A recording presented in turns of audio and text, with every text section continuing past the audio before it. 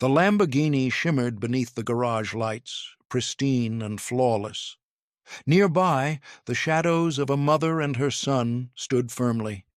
Cloaked in deception and trivial struggles for power, their existence was rooted in domination and intimidation. They aimed to seize the car through threats and arrogance, yet this battle was only beginning. No matter their efforts, justice and truth could never be hidden. And when the moment arrives, I will stand firm, because some things cannot be defeated or wiped away. My name is Michael Harrison. I am 52, a retired Army veteran with a quarter of a century of service behind me. Now I live quietly in Maple Grove, a peaceful neighborhood I settled in during 2019. After years abroad, I found joy in tending my garden and developing my photography skills, finally enjoying the serenity I deserved. But this peace was soon disrupted by Karen Peterson, our 45-year-old HOA president and single mother. She dictated every aspect of our neighborhood, from the color of paint to the height of fences. Working as an accountant for the real estate firm overseeing our community, Karen used her role to gain more power than she deserved. What she did not know was that I held insights and expertise that would soon change the course of events. The first week began harmlessly enough.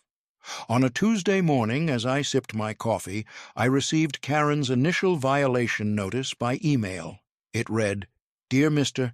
Harrison," in that familiar, passive-aggressive style I had come to expect, "your vehicle has been parked outside for more than 72 hours, which contravenes Community Rule Section 4.7.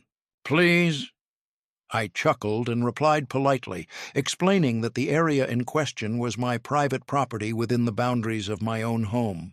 Shortly after, her response arrived, increasing the fine to $500 for my failure to comply and for showing a defiant attitude toward HOA authority. That was when I understood this was more than just a simple misunderstanding. Drawing on my military background, I began documenting everything, realizing that keeping evidence would be essential in any dispute. I created a digital folder on my computer titled HOA Correspondence and started saving every email, photo, and interaction.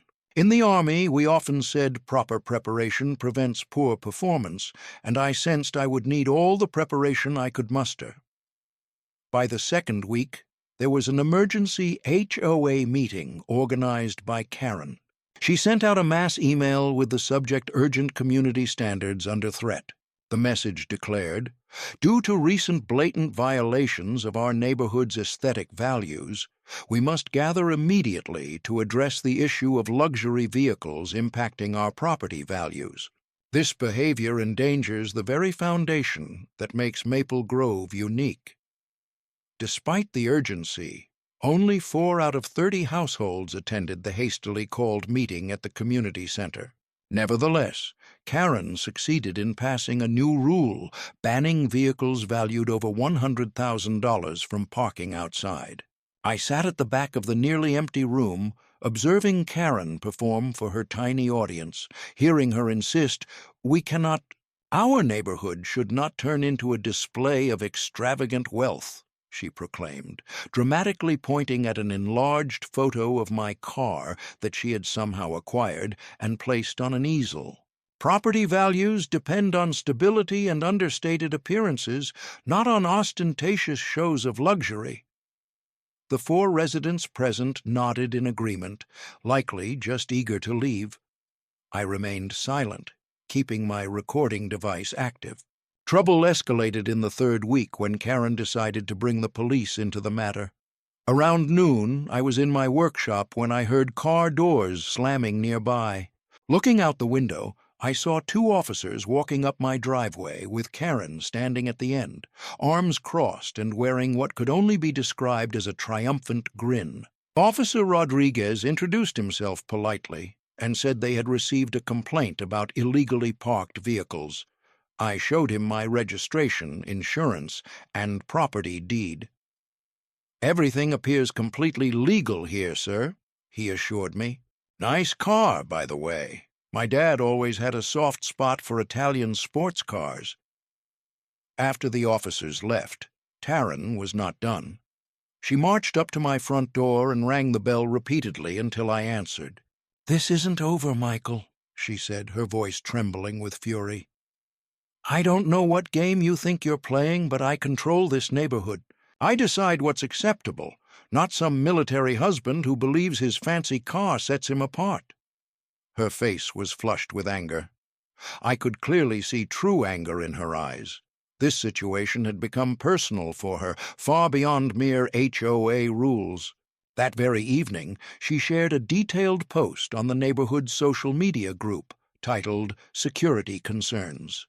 She wrote, "I am seriously worried about neighbors who show off costly belongings without thinking about our community's safety. Flaunting wealth draws unwanted criminals and turns our area into a target.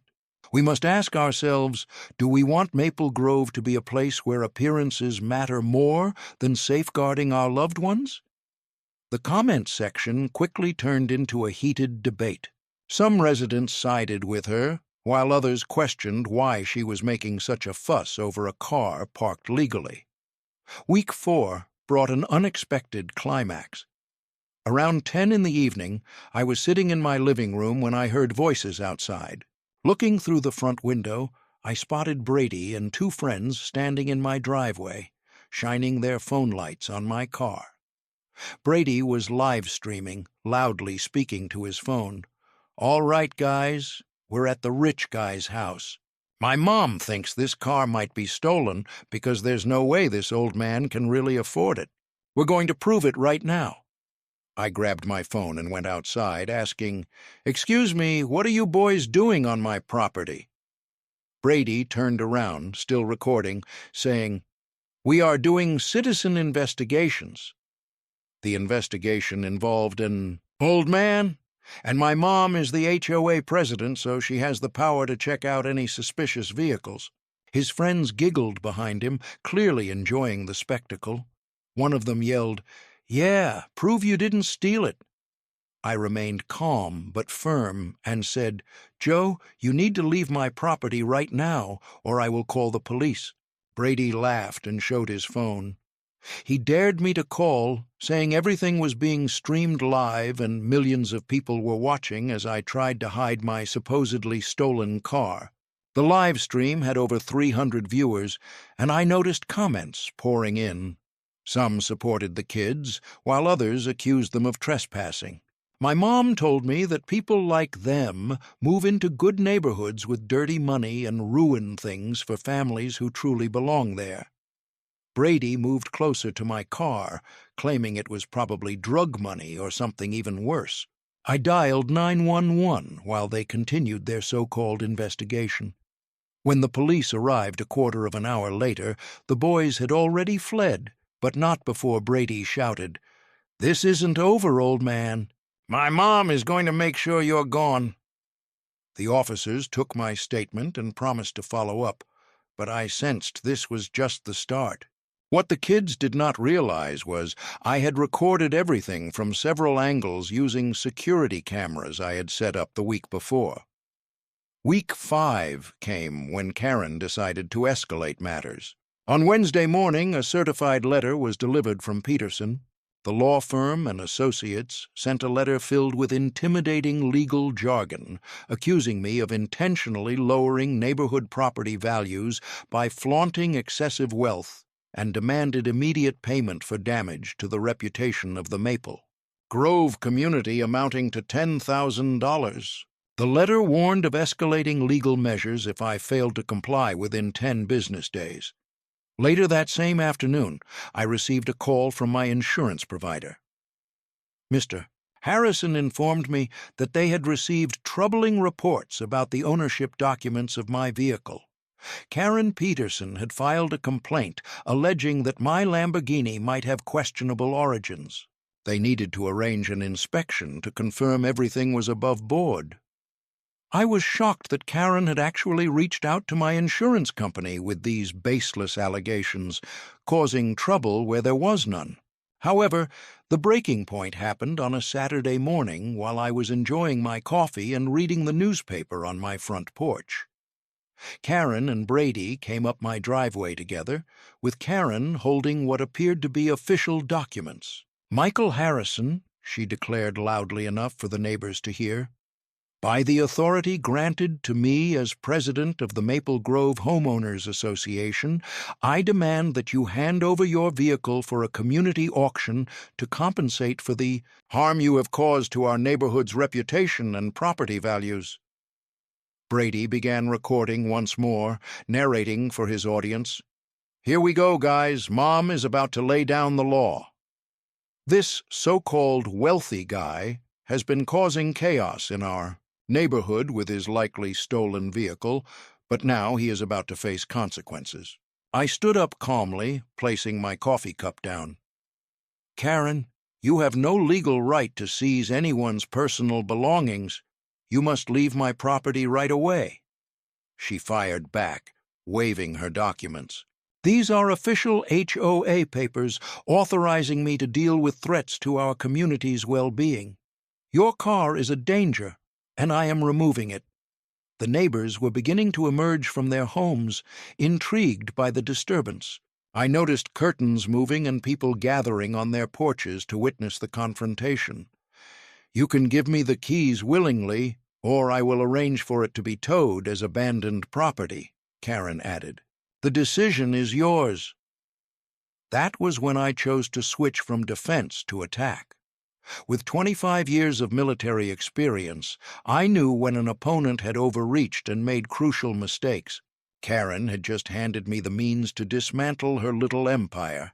The conflict was nearing its conclusion, and she had unknowingly provided me the ammunition for a complete win. I launched my counterattack by reaching out to my former military lawyer, Sarah Martinez, who had moved into civilian law, focusing on real estate and civil rights. "Michael, do you understand that you are sitting on a gold mine here?" Sarah said with a laugh after I sent her the full evidence folder.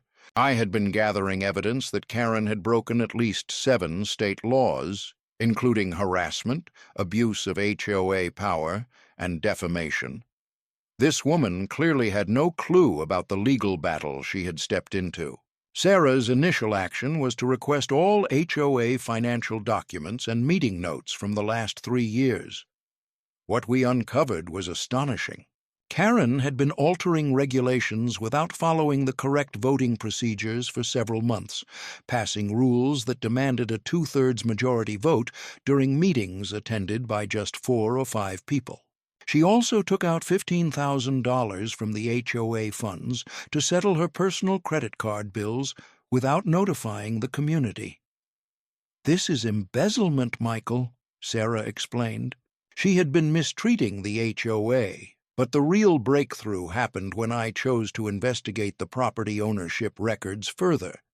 I had always known my family was connected to this land, but I never examined the specifics closely. What I found changed everything. My grandfather bought the entire Maple Grove property in 1983 as an investment. When he passed away, ownership went to my father, and after Dad died 5 years ago, it was passed down to me. Riverside Management was not the owner. They were just a property management firm under contract with my family. "Michael, this is amazing," Sarah said when I showed her the deed. "You are not merely a homeowner in this community, you are the landlord of the entire development. The contract with Riverside is set to expire in December, which means Karen has been exercising authority she does not have. She has been imposing rules on properties she does not control, collecting fees that she is not entitled to, and issuing threats." An unexpected ally appeared when Tom Peterson, Karen's former husband, contacted me through a mutual neighbor, Mr. Harrison. He said, "I need to talk to you about Karen." When he called, he added, "I have been observing what she is doing to you, and it reminds me of why our marriage ended." He revealed that she treated him the same way for 15 years, using control, manipulation, and threats of legal action whenever things did not go her way. Tom agreed to meet me at a cafe downtown to avoid attracting attention from neighbors. "Karen has always been fixated on control," Tom said nervously. as he stirred his coffee. During our marriage, she tracked every aspect of my life, where I went, who I spoke with, how I spent money, even what clothes I wore. She kept meticulous records of my daily activities and presented them as evidence during our arguments like it was a courtroom. When he finally ended the marriage, Karen tried to claim he was mentally unstable and unfit to care for Brady. Tom showed me his phone, revealing dozens of threatening text messages Karen still sends him whenever Brady shares something about their visits that she disapproves of. He also provided me with even more valuable evidence, documents detailing Karen's consistent pattern of retaliation against anyone who has challenged her. When they opposed her, she treated the Williams family the same way when they raised concerns about her flower rules, he explained. Sliding a folder over the table, he revealed that suddenly they were getting fined for everything, from grass being too long to having the wrong mailbox color and putting up Christmas decorations too early. She made their lives unbearable until they finally left last year. Through my network of former military contacts, I stumbled upon another crucial piece of information. I contacted my old friend, Jake Morrison, who now worked in juvenile records. I told him, "Jake, I need you to run a background check on Brady Peterson. This concerns harassment and possible criminal behavior." What Jake uncovered was alarming. Brady had 2 earlier juvenile convictions for theft and property damage, which Karen had somehow kept hidden.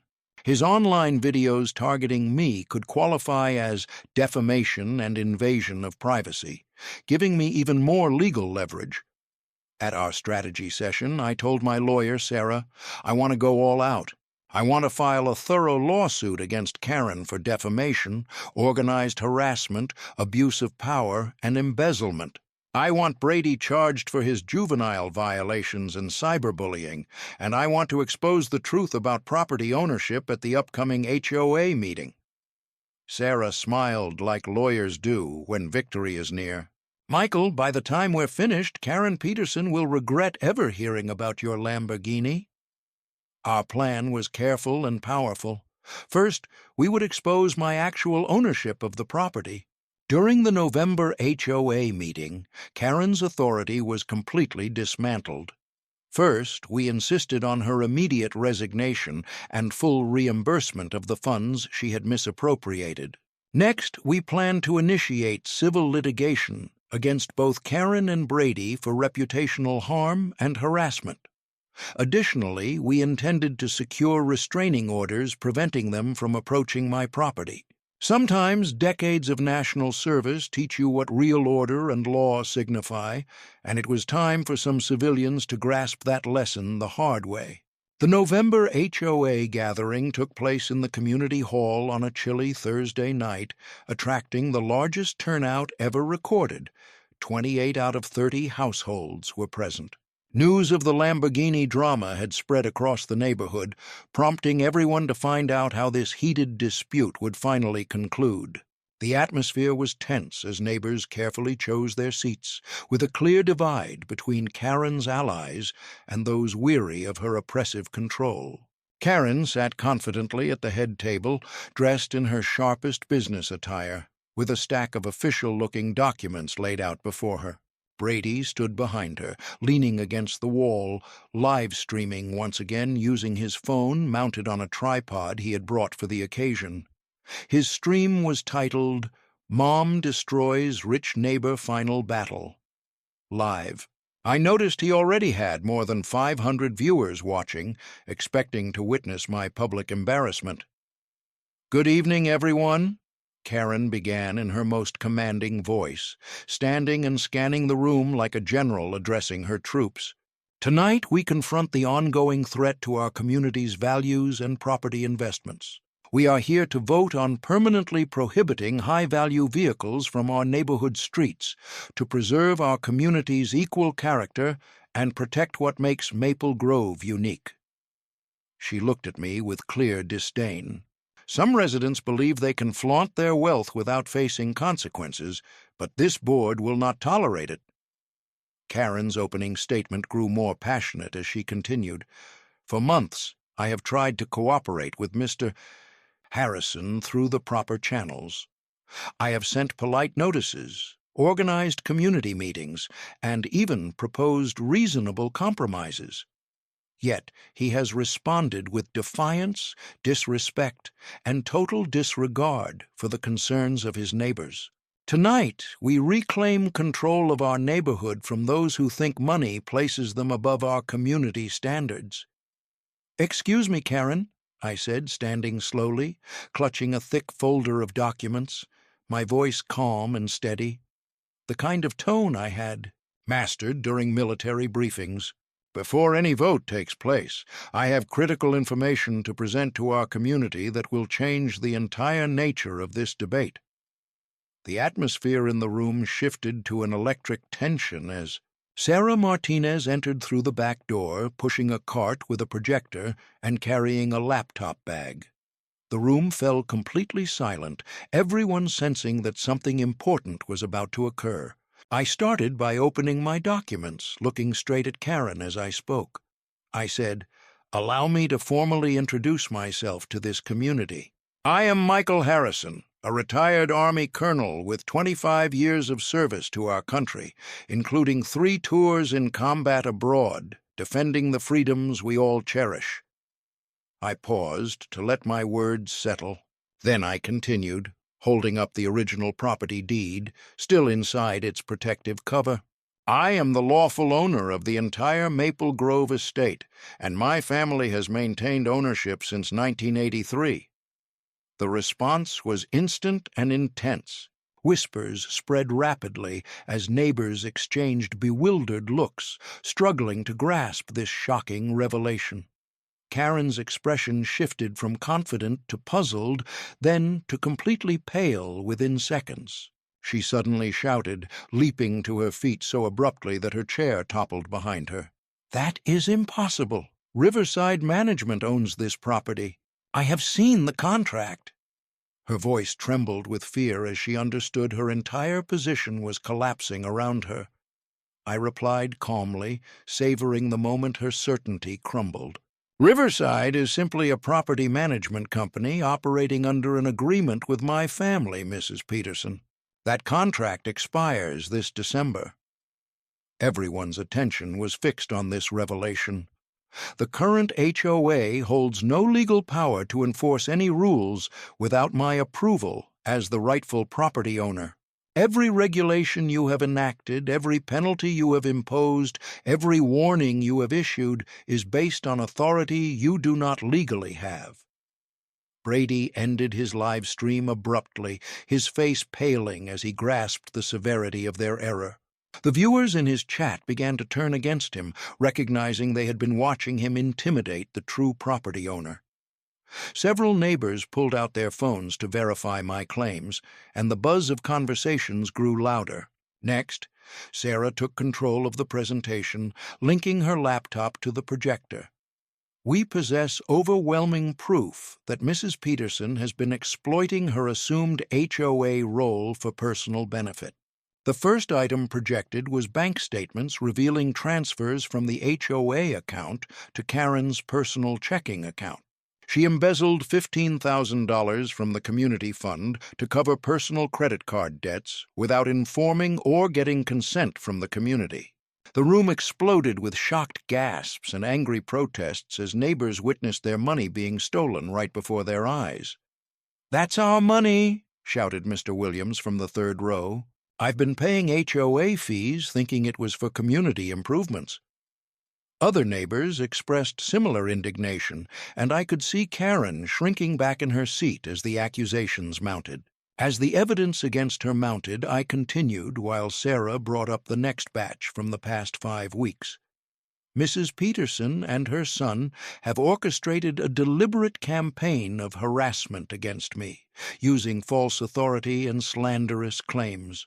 The security footage started playing, showing Brady and his friends live streaming outside my home at 10 o'clock in the evening. Karen. They filed false police reports, and there was a recorded conversation in which they demanded to seize my car. Each piece of evidence strengthened the case against them while the audience watched in stunned silence. Sarah addressed the attentive crowd, explaining, "This conduct breaches several state laws related to harassment, defamation, invasion of privacy, and misuse of official position." She continued, "Mr. Harrison has suffered what can only be called a coordinated persecution by individuals claiming authority they never had. The legal gravity of their acts became obvious to everyone there, including Karen and Brady, who now searched anxiously for a way out." Mrs. Hernandez, the Hispanic family that Karen had wrongly targeted earlier, stood up, tears in her eyes and voice trembling with emotion. She shared, "We were also victims of Karen's abuse of power. She fined us $300 for noise violations when we were simply having normal conversations in Spanish in our own backyard. She told us that we were disturbing the community environment, and it was necessary to take into account our neighbors when speaking our mother tongue." Her testimony unleashed a wave of responses as other residents realized they were not alone in what they had faced. Several community members stood up to share stories that revealed a pattern of persistent bullying and discrimination. The Williams family talked about being fined repeatedly for trivial rule violations after questioning Karen's restrictions on flowers. The Johnson family admitted they had been threatened with legal consequences simply for displaying a small American flag that Karen considered excessively visible. The elderly Petersons, who were unrelated to Karen, described being forced to repaint their home twice because Karen continuously altered the approved color scheme. Tom Peterson, Karen's former spouse, rose from the back of the room where he had been quietly watching.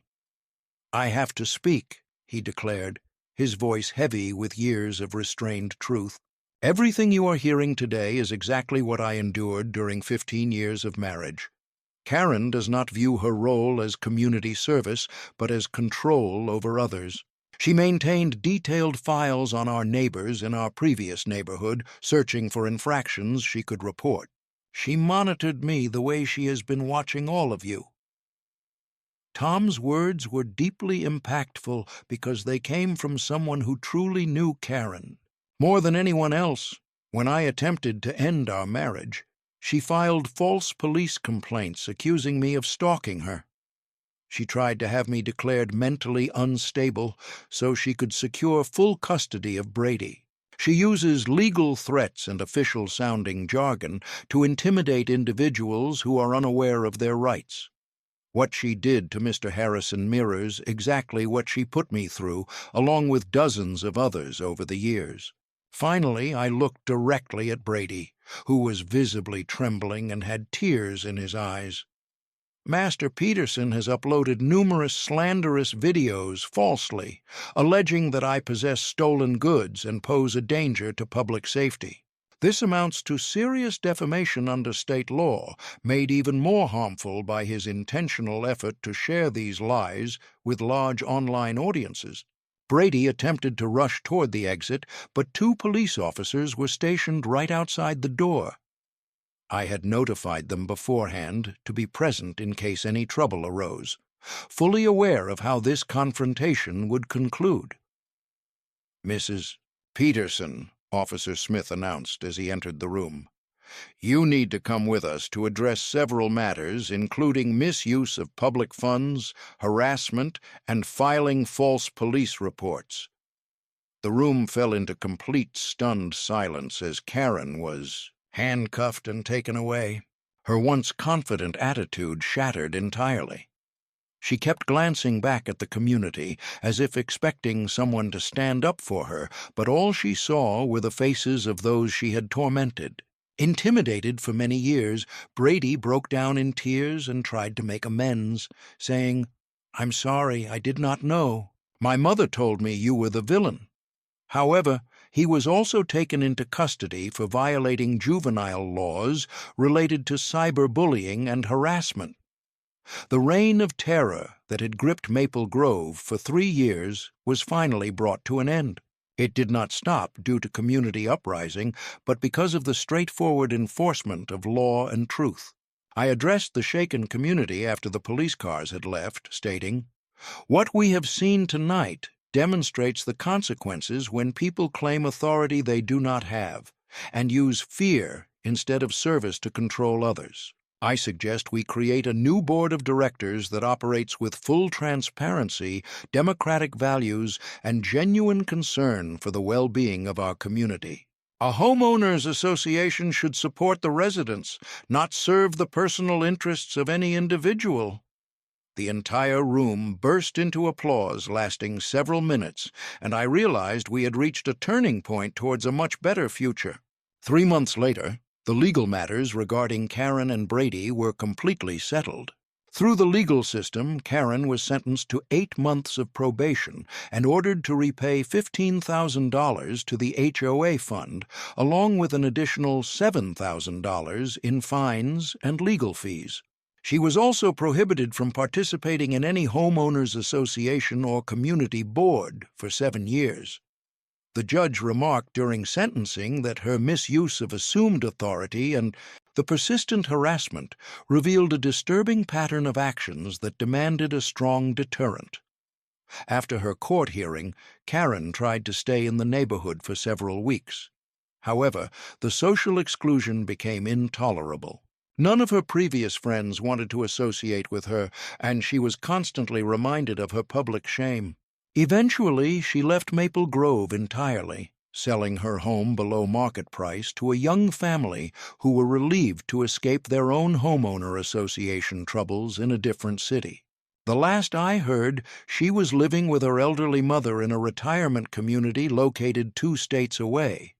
Meanwhile, Michael's experience within the juvenile justice system turned out to be just what the troubled teen needed. The court required him to complete 300 hours of community service, participate in counseling sessions about the negative effects of social media and cyberbullying, and write formal letters of apology to me and every neighbor his mother had targeted. Michael personally delivered his apology letter, standing on my front porch with tears in his eyes as he vowed to never engage in such behavior again. What amazed me most was Michael's sincere change over the following months. While performing community service at the local animal shelter, he found a passion for working with rescue dogs and decided to pursue a career in veterinary medicine. He began visiting me regularly, not out of obligation, but because he genuinely wanted to.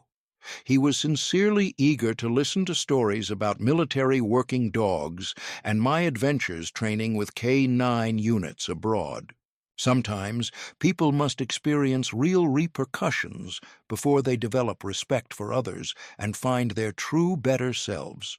As the rightful property owner, I chose to renew Riverside Management's contract for another 10 years, but under completely new conditions that guaranteed democratic leadership and protection of residents' rights. The community deserved far better guidance than the oppression they faced under Karen's control, and I was determined to use my authority to ensure they received it permanently. A new board of directors was elected in a special vote that saw the highest participation in the neighborhood's history. Mrs. Hernandez was selected as president by a wide margin. Tom Peterson stepped forward to serve as treasurer to help restore confidence in financial oversight, while 3 other long-term residents took the remaining roles.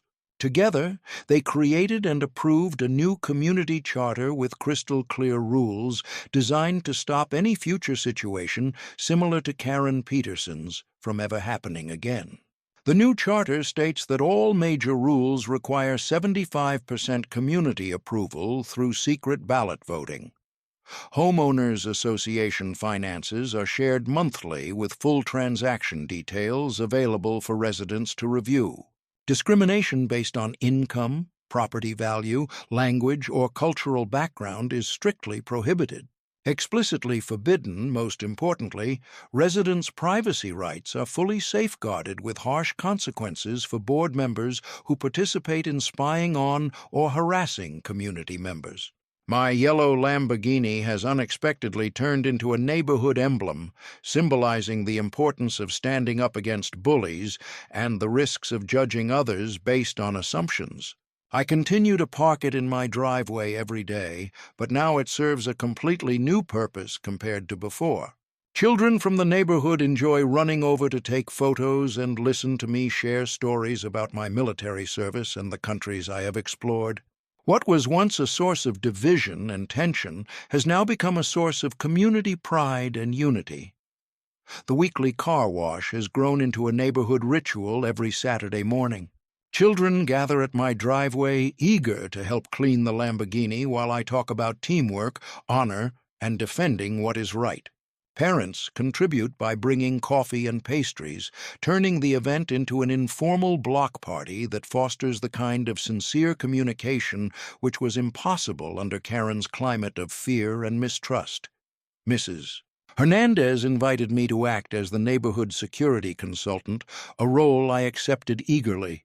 Applying my military background and training, I assisted in designing and installing a professional camera security system for shared areas, coordinated monthly safety workshops for residents, and set up emergency communication procedures. Through these efforts, we established a true sense of community safety and cooperation. Security and mutual aid create a safe environment that respects everyone's privacy at my garage.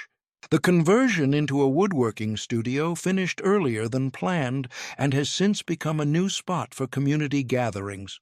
I run free weekend workshops for both children and adults, sharing traditional woodworking skills and encouraging people to craft practical items for their homes. Brady turned into one of my most committed students after serving his sentence. The young man discovered a genuine gift for detailed carpentry and has learned to direct his energy and creativity into building rather than destroying. The front garden of my home has been transformed into the area's unofficial community hub. I plant a variety of flowers according to the seasons and keep a small lending library with a sign that reads Maple Grove Community Garden, free to admire, free to learn, free to borrow. It is now a daily meeting place where neighbors stop by to chat, share gardening advice, swap books, and foster the genuine connections that make a community feel like home. The story of HOA Karen versus the retired colonel has grown into a local legend reaching far beyond our small neighborhood. The regional newspaper featured an article on how ordinary people can protect themselves from abuses of authority and how communities can reform through principled leadership. I was honored to be invited to speak at the state level. At a residential management conference focused on leadership through service rather than control, my presentation earned standing ovations from both property managers and residents. The most memorable remark from that event, which has since been widely shared online, is this: true power does not stem from a title or a formal role, but from serving your community with honesty, wisdom, and sincere care for the well-being of your neighbors. The moment you begin to exercise authority to dominate people instead of serving them, you forfeit the moral right to lead. This idea has become the cornerstone of how our new board conducts itself and makes decisions. Tonight, as I sit in my garage workshop listening to children laughing and playing outside while their parents enjoy evening coffee together, it occurred to me that the dispute with Karen was never truly about a car or property rights. It was about defending the core belief that in any thriving community, no one should be allowed to misuse their power to bully, intimidate, or control others. It was about demonstrating that bullies can be overcome when decent people unite with bravery, knowledge, and resolve. The yellow Lamborghini still rests in my driveway, shining under the garage lights and attracting admiring looks from those passing by. However, it no longer stands as a symbol of wealth, showing off, or community division. Instead, it serves as a reminder that sometimes protection requires standing firm. To seek justice and protect your neighbors, you must possess enough bravery to resist those who misuse power and sufficient wisdom to secure a clear victory when conflict arises. In Maple Grove, we found that genuine community strength is built on mutual respect, active participation in democracy, and leaders who serve the people instead of dominating them. We learned that confronting bullies defends not only yourself, but also those nearby who may feel too scared or powerless to stand up for themselves. We demonstrated that when good people unite with knowledge and resolve, fairness will always overcome the misuse of authority. This is a lesson far more valuable than any luxury vehicle could ever be, and it is a heritage I take pride in passing on to future generations.